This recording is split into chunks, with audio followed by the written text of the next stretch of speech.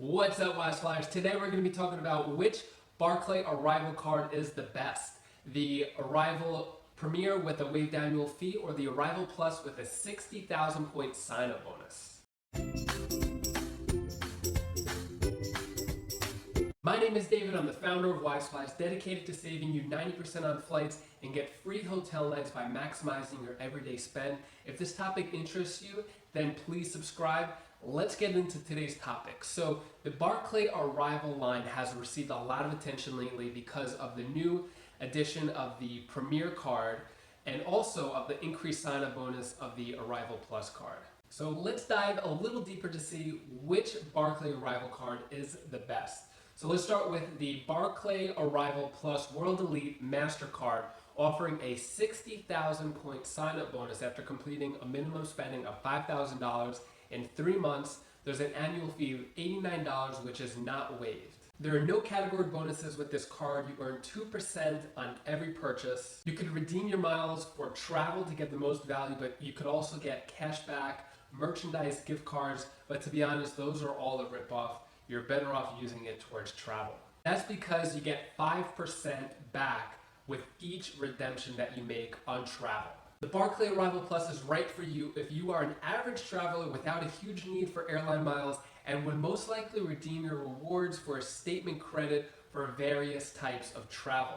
The great part about it is that you get flexible miles towards planes, trains, buses, cruises, anything you want that qualifies as a travel purchase. Additionally, the Arrival Plus is great for people who don't have a lot of spending to do throughout the year and would not be able to complete the minimum spending of the Premier card. Not to mention the 60,000 point sign-up bonus is useful for anyone and everyone. Now let's compare it with the Barclay Arrival Premier World Elite MasterCard, which offers 75,000 point sign-up bonus after completing a minimum spending of $25,000. The annual fee of $150 is waived the first year. So now let's take a look at the unique earning structure of this card.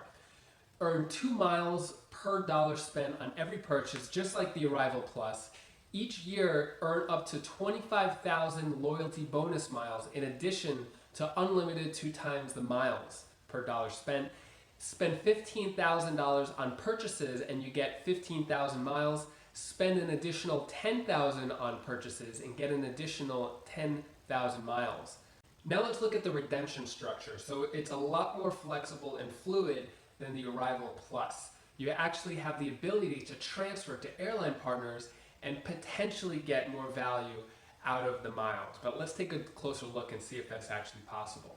So the transfer rate is 1.4 Arrival miles for every 1 mile, with the exception of Japanese Airlines and Aeroplan.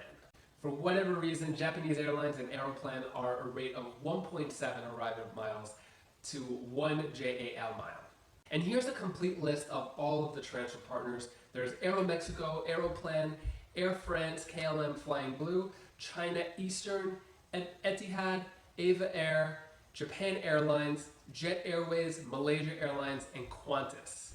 The Arrival Premier could be the right card for you if you know that you could get decent value out of one or more of these transfer partners, but with the transfer ratio being a 1.4 or 1.7 Arrival miles per airline mile, you're already starting off at a disadvantage compared to the Chase Ultimate Rewards, where it's just 1 point per mile as a transfer rate. You can redeem your miles for travel statement credit, similar to the Arrival Plus, where you get a lot of value, but you could also use it for cashback, merchandise, gift cards, and you don't get the 5% rebate like the Arrival Plus card. Some of the other benefits of the card is the global entry $100 statement credit, lounge key access, the no foreign transaction fees, as well as the transfer partners, which I just mentioned.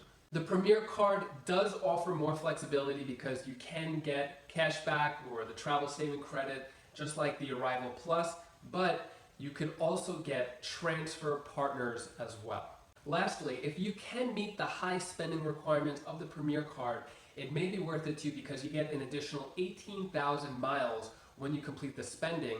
And with some of the airline transfer partners, that could be up to $270 in value. Plus, the Global Entry $100 statement credit is another $100 in your pocket. After evaluating these two cards, I think it's clear to see that the Barclay Arrival Plus is the better card because you get the 60,000 point sign-up bonus in the first year.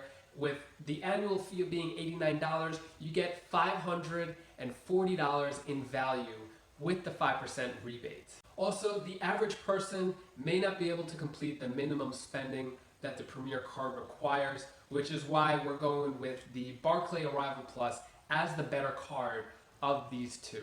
To apply for these two cards, as well as any other cards with high sign-up bonuses, click the link in the description. If you like this video, give it a big thumbs up. If you haven't already, please subscribe.